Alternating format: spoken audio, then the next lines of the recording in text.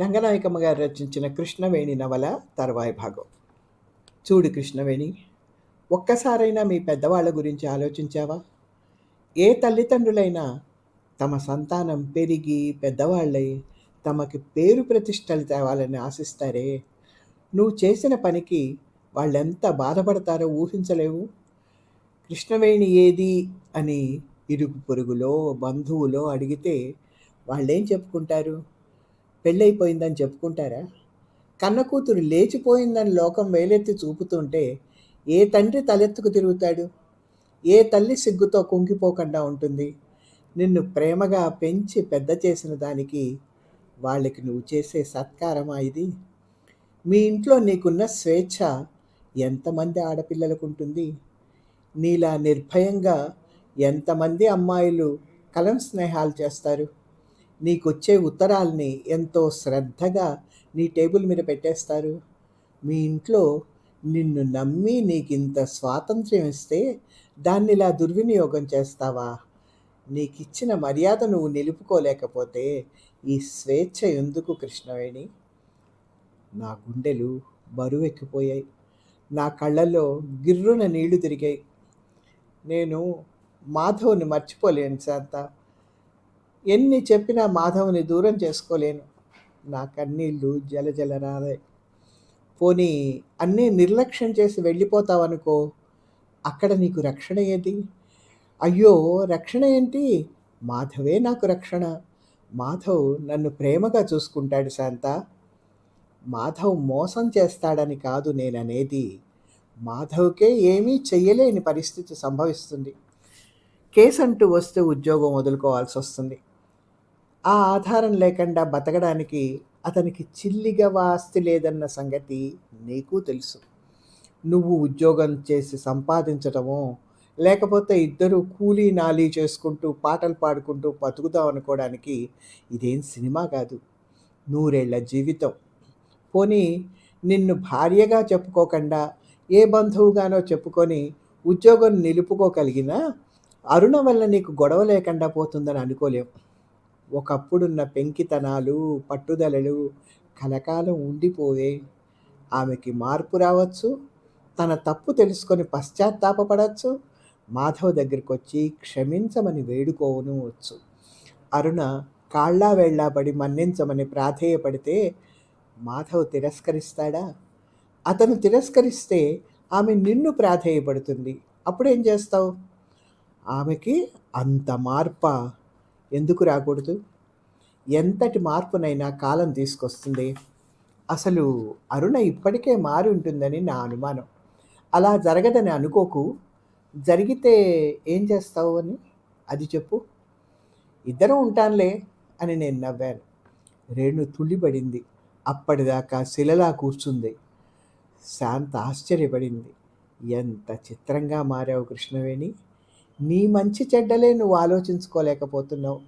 ఇంత అసమర్థురాలవైపోతావని ఎన్నడూ అనుకోలేదు. నా పెళ్ళికి ముందు నాకు ఎన్ని విధాలు చెప్పావో గుర్తుందా? ఇప్పుడు భార్య ఉన్న మనిషితో జీవితం గడపాలని నిర్ణయించుకున్నావు. బాగుపడాలనా? మూన్నాళ్ల ముచ్చటతో మాసిపోవాలనా? ఇద్దరూ కలిసి ఉంటే ఆ సంసారంలో అరుణకు నీకు సాపత్యమా? అరుణ మాధవ్ భార్య, ఆ ఇంటి కోడలు. కానీ నువ్వెవరివి? ఆ ఇంట్లో నీకున్న చోటేమిటి ఆలోచించావా? మాధవ్ దయగా చూస్తే చూడొచ్చు, కానీ నువ్వు జీవితాంతం ఆ దయాదాక్షిణ్యాల కోసం దేవిరించాలి. ఎప్పుడే అవాంతరం వస్తుందోనని గడగడలాడుతూ బతకాలి. అరుణకున్న విలువ, అరుణకున్న అధికారం నీకుంటాయా? ఒక ఇంటి కోడలిగా, ఒక భర్తకి భార్యగా ఉండవలసిన నీకు ఇదేం కర్మ కృష్ణవేణి? నిండు బతికంటే ఎన్ని సమస్యలు ఎదురవుతాయో ఆలోచించావా? మాధవ్ ఇద్దరు భార్యల్ని, వాళ్ళ సంతానాన్ని పోషించుకోగల శక్తి కలవాడేనా? నీ బిడ్డలకు నీకు ఎటువంటి భవిష్యత్తు ఉంటుందో ఊహించు. కృష్ణవేణి, చాలా తొందరపడుతున్నావు. ప్రతి విషయాన్ని నేను భయంకరంగా చిత్రిస్తున్నానని అనుకోకు. నీ నిర్ణయం మార్చుకోకపోతే నీ బ్రతుకుని నువ్వే అశాంతి పాలు చేసుకున్న దానివి అవుతావు. పోనీ అన్నీ నిర్లక్ష్యం చేసి వెళ్తావు, కానీ ఆ సంసారం నీ స్వంతం కాదు. ఆ మాధవ్ నీ వాడు కాడు. దాంపత్య బంధాలంటూ, అనురాగం అంటూ ఎన్ని కబుర్లు చెప్పేదానివి. ఒక మనసు ఒకే మనిషికి పరిమితం కావాలనేదానివి. అప్పుడే ఆ 2 బతుకులు సార్థకమవుతాయి అనేదానివే. ఏంటేంటో అనేదానివి. ఆ అభిప్రాయాలన్నీ ఇప్పుడేమయ్యాయి? మార్చుకున్నావా? ఏం ఆశించి ఇంత సాహసానికి తెగించావు? నేను అయోమయంగా శాంత వైపే చూస్తుండిపోయాను. నేను చెయ్యాలనుకున్న పనిలో ఇంత వ్యవహారం ఉందని ఎప్పుడూ అనుకోలేదు. శాంత, నువ్వు చెప్పిన విషయాలేవి అతిశయోక్తులని అనుకోవడం లేదే నేను. అవన్నీ నిజమేనేమో. అయితే ఏం? అవన్నీ నిజాలే కావచ్చు. మాధవ్ మీద నా ప్రేమ అన్నింటికన్నా నిజం తెలుసా నీకు? నేనక్కడే ఉంటే మాధవ్ దగ్గర అరుణకి చోటుండదు. అదెందుకు అర్థం చేసుకోవే? నా కన్నీళ్లు జలజల రాలాయి. శాంత ఆశ్చర్యంగా చూసింది.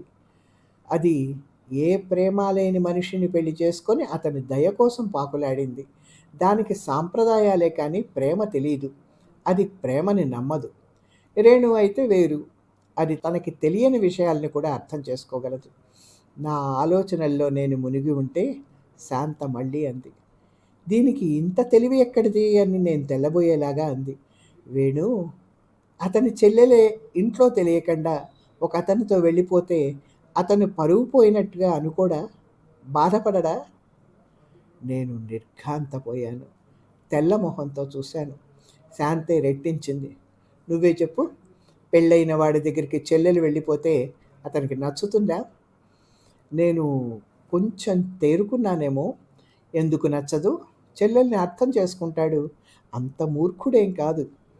వేణు, అతని మీద ఇష్టంతో నువ్వు నోటికొచ్చినట్టు చెప్పేశావు. చెల్లెలు లేచిపోయినా అతను అర్థం చేసుకుంటాడా? ఆ, అర్థం చేసుకుంటాడు. అతనితంటే నాకు ఉత్తి ఇష్టం కాదు, నాది ప్రేమ. సరేనే, ప్రేమే. ప్రేమంటే నాకేం తెలుసు? దీన్ని మా ఆయన దగ్గర చూశాను, నీ దగ్గర చూస్తున్నాను. ప్రేమ అయితే మాత్రం నవ్వుల పాలైపోవాలా? పెంచుకున్న మమతల్ని మర్చిపోవాలంటే బాధగానే ఉంటుంది కృష్ణవేణి. కానీ పరిస్థితులు కూడా ఆలోచించాలి. మన బ్రతుకుల్ని మన ఇష్టానుసారంగా సాగించుకోలేము. దాటలేని ఆటంకాలు ఎదురవుతాయి. తప్పనిసరిగా తల వంచాల్సి వస్తుంది. శాంత మాటలకి నాకన్నా ఎక్కువ రేణే కంగారు పడ్డట్టు అనిపించింది. అప్పటిదాకా మౌనంగా కూర్చున్న రేణు శాంతని ఆశ్చర్యపోతూ చూసింది. అంటే మాధవ్ని పూర్తిగా వదిలేయమని చెప్తున్నావా దానికి? అంది. మరి ఇంకేం చేస్తుంది? అయ్యో, అదేంటి శాంత అంత అన్యాయంగా చెప్తున్నావు?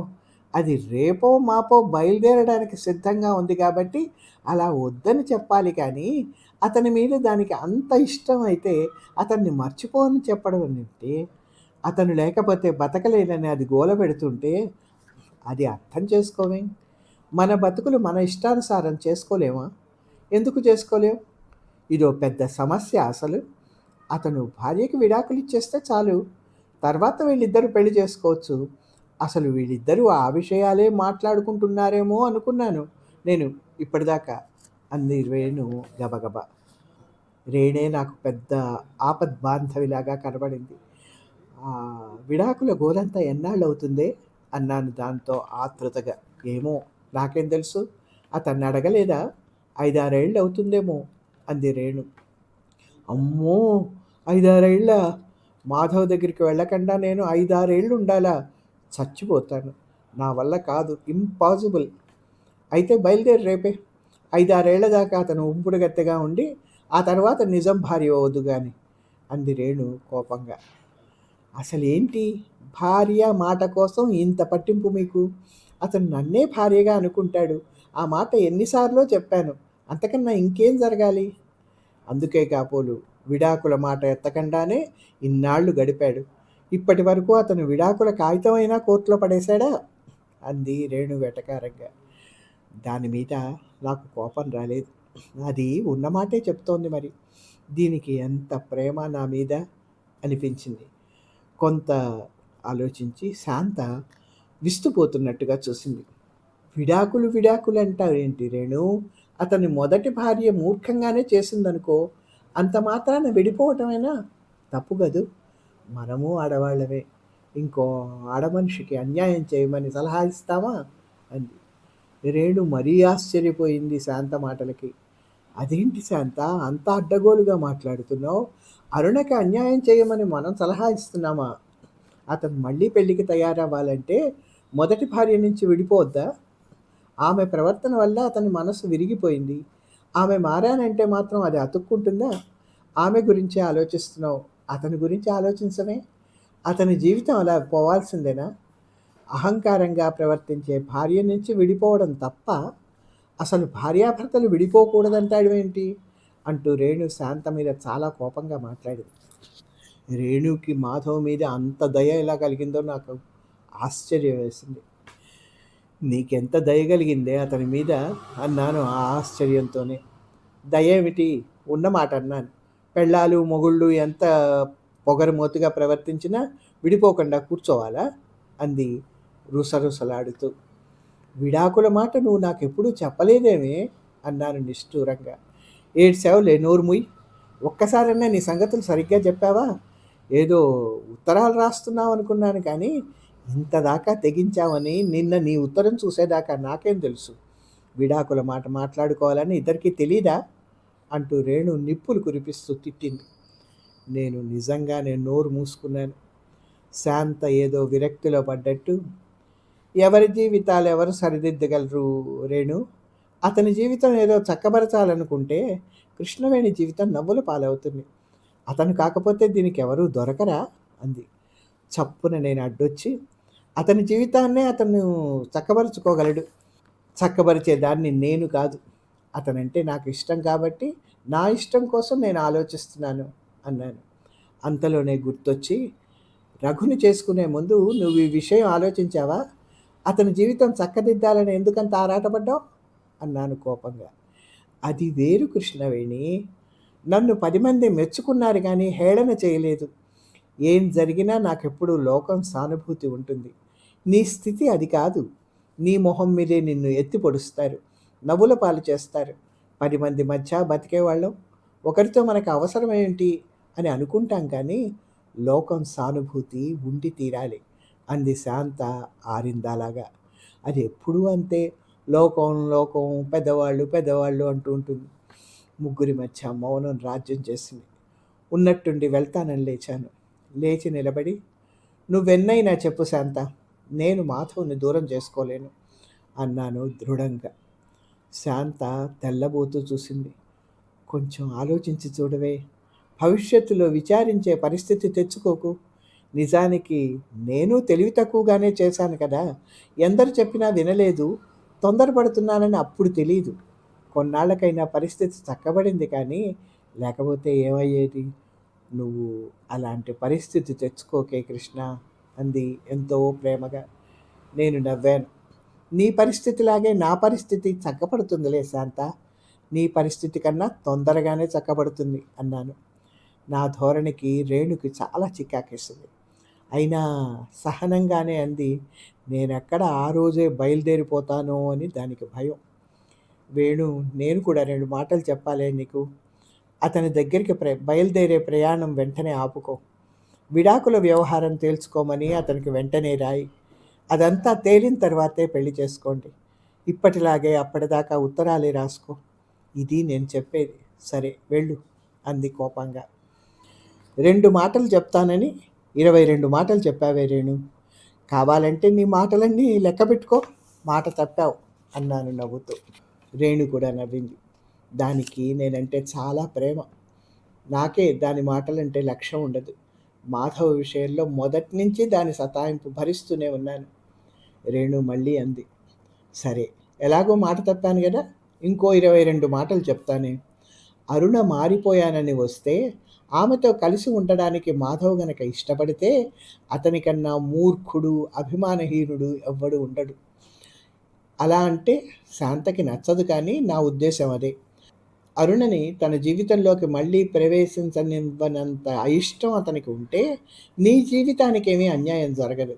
అయినా విడాకుల విషయం తెలుసుకోమని వెంటనే రాయి. 20 మాటలే చెప్పాను, కావాలంటే లెక్క పెట్టుకో. 22 చెప్తానని 20 చెప్తే అది మాట తప్పటమేనే. శాంత, రేణు, వెళ్తానే. 4, 5 రోజుల్లోనే నా రహస్య ప్రయాణం ఉంటుంది.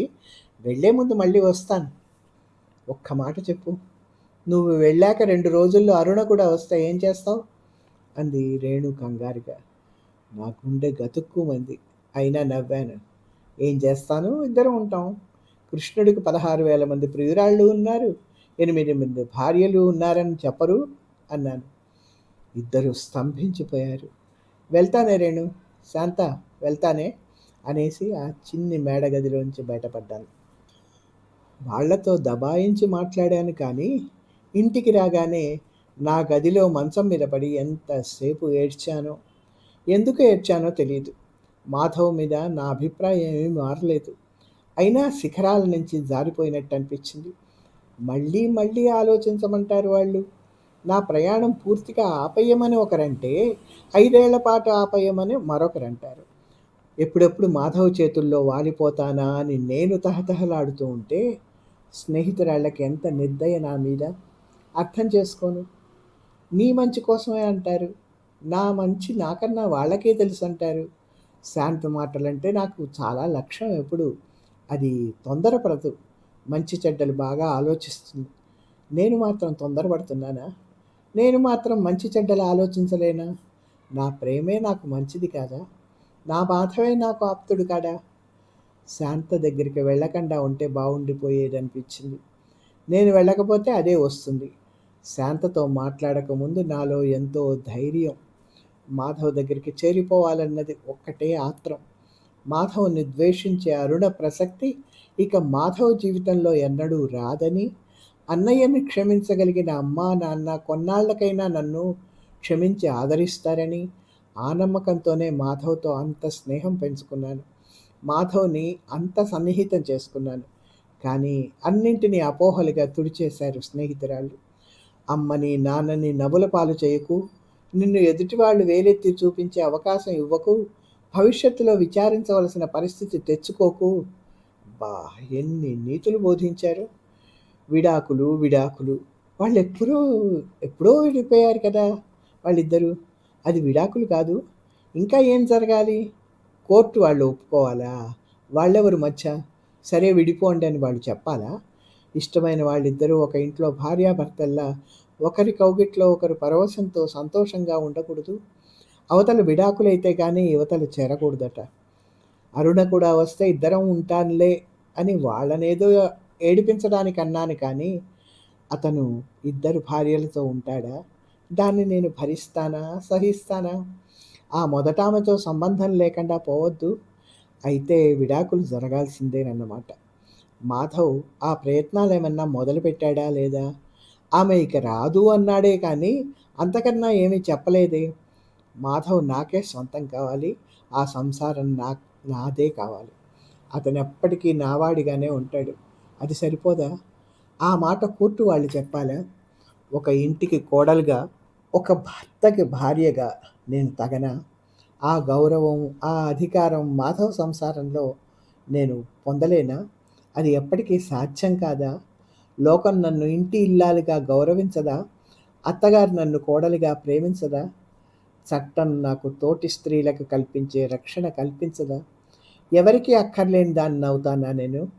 ఇటు పుట్టింటి ఆధారాన్ని దూరం చేసుకొని, అటు ఆ వ్యక్తిని దగ్గర చేసుకోలేకపోతే ఎందుకీ అర్థం లేని కోరిక? ఉన్నత కుటుంబంలో పుట్టాను. విద్యాబుద్ధులు నేర్చుకున్నాను. ఈ అల్లారు ముద్దుగా పెరిగి పెద్దదాన్నయ్యాను. అలాగే ఓ ఇంటికి ఇల్లాల్ని కాగలను. 10 మందిలో గర్వంగానూ నిలబడగలను. నా కుటుంబం నవ్వుల పాలు కావసరం లేదు. నన్నెవ్వరూ వేలెత్తి చూపించే అవకాశం ఇవ్వను. అదంతా ఎలా జరగాలి? అతను విడాకులవ్వాలి. అప్పుడే అది సాధ్యం. మాధవ్‌ని చేరకుండా ఎన్ని సంవత్సరాలు ఆగాలి? జీవితాల్లో ఇంతింత బంధనాలా? మాధవ్ లేని బతుకు నాకు ఎడారి. అతనే లేకపోతే నేను ఉండను. ఇద్దరి మధ్య ఇంత అగాధం ఉందా? దాన్ని దాటడానికి ఎన్నేళ్ళు? అంత పిచ్చి, మూర్ఖత్వం. ఆలోచించు, ఆలోచించు అంటారే, ఇంకెంత ఆలోచించాలి? మరి ఆలోచిస్తున్నదంతా ఏంటి? ఇక్కడికి ఆపుతాను. రచయిత్రి చెప్పినటువంటి సవరణలు 1, 2 ఉన్నాయి. తల్లిదండ్రులనేవాళ్ళు సంఘంలో ఉన్న మనుషులే. వాళ్ళందరూ ఒకే రకంగా ఉండరు. అందులోనూ తేడాలుంటాయి.